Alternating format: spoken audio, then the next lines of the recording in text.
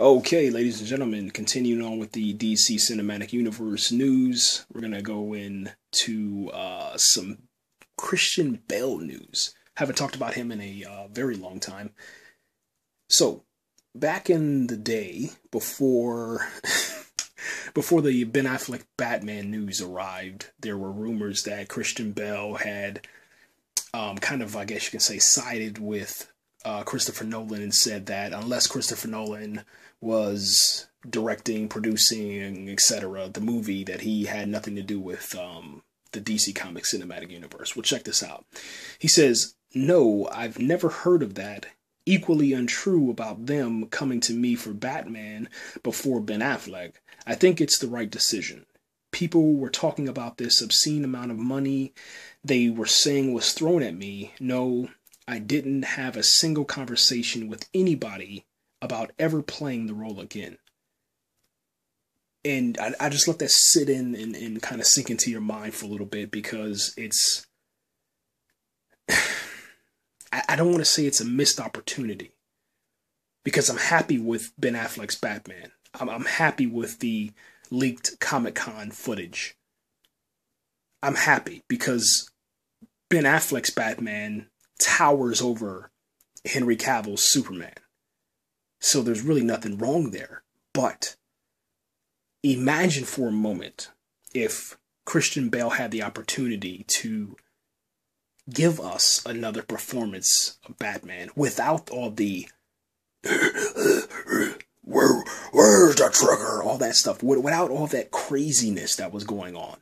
Imagine if Christian Bale was given the opportunity to act in the role of Bruce Wayne and Batman, and then his cowl didn't have the blockage on the nose.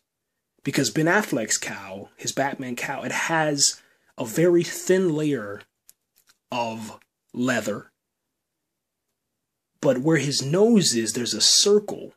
There's a circle underneath his nose where his nostrils are, and he's able to breathe freely. So just imagine that for a second, man. I think what's really sad, man, is that I guess the studios were lying.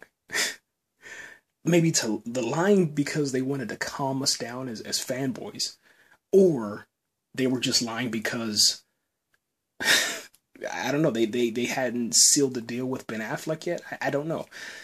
This is one of those things that'll forever be shrouded in mystery, because we can't go back in the past. We can't ask those questions. And we have to wait until 2016 before any of that stuff is even brought up, okay?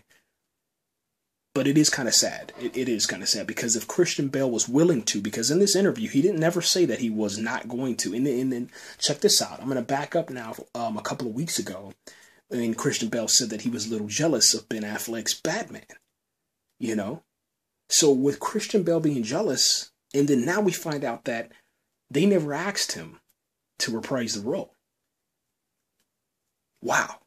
You know, it just... It's one of those things, man. I guess you could say, you know, for DC Comics, for Warner Brothers Pictures, Zack Snyder, Deborah Snyder, Christopher Nolan, etc., you know, even David S. Goyer, I guess from Man of Steel going forward, it has always been a forward progress. Never to, I guess, retreat and go back to known entities and known variations and known adaptations, etc. Okay, so that's fascinating. I do give them a bravo for that, because the easy thing would have been to get Christian Bale back. You know, he's going to bring in the numbers. You know, he's going to bring in the money. You know, he's going to break in. He's bankable. But man, it's just one of those things that you kind of wanted to see, man. And here's the thing now. Tom Hardy is going to be Captain Boomerang, I believe, if I remember that correctly. Tom Hardy, who was Bane, is inside of Suicide Squad. Is there a possibility to bring in Christian Bale in one of the other ones? I don't know if it's maybe Shazam. Gosh, anything else. That's going to be something that we need to see. Now, here's the thing. What about Anne Hathaway's Catwoman? I'll leave you guys with that.